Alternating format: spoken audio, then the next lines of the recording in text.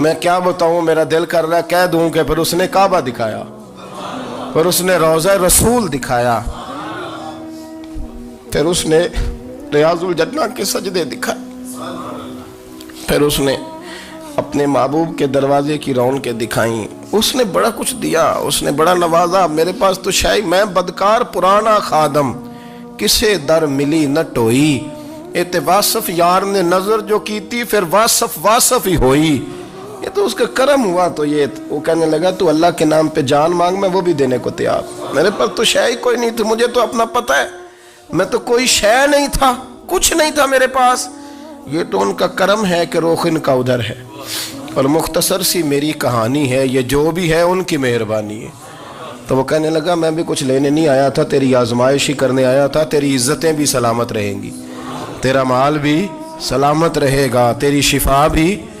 اپنی زندگی میں کبھی بھی اللہ کی بارگاہ سے توجہ ادھر ادھر نہ کریں، چھوڑیں لوگ کیا کر رہے ہیں، دنیا کیا کہہ رہی، کبھی بھی اپنی توجہ دائیں۔ ہمارا یہ مسئلہ بن گیا کہ ہماری سیاست ہے، ہماری دنیا داری ہے، ہم بندوں کو راضی کرنا چاہتے ہیں، ہم دیکھتے ہیں کون کس طرح، اور آپ یقین کریں آپ تھک جائیں گے، بندے راضی نہیں ہوں گے، وہ نہیں راضی ہوتے۔ آپ ان کو منا کے لائیں گے تو ادھر والے نکل جائیں گے، ادھر کو منائیں گے تو ادھر والے نکل جائیں گے۔ اس چکر سے باہر آئیں، اس رب کو راضی کریں جو فرماتا ہے ان الذین آمنوا وعملوا الصالحات سیجعل لهم الرحمن ودا۔ فرمایا تو ایمان لانے کے بعد نیک عمل کر، میں لوگوں کے دلوں میں تیری محبت پیدا کر دوں۔ رحمان لوگوں کے دلوں میں محبت ڈال دے گا، اللہ لوگوں کے دلوں میں۔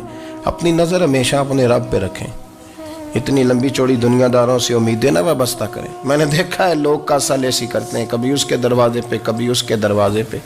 ان چکروں سے باہر آئیں اور اپنے رب کی بارگاہ کی طرف توجہ کریں، استغفار شوق سے پڑھا کریں، اور اکیلے میں نا، اکیلے میں۔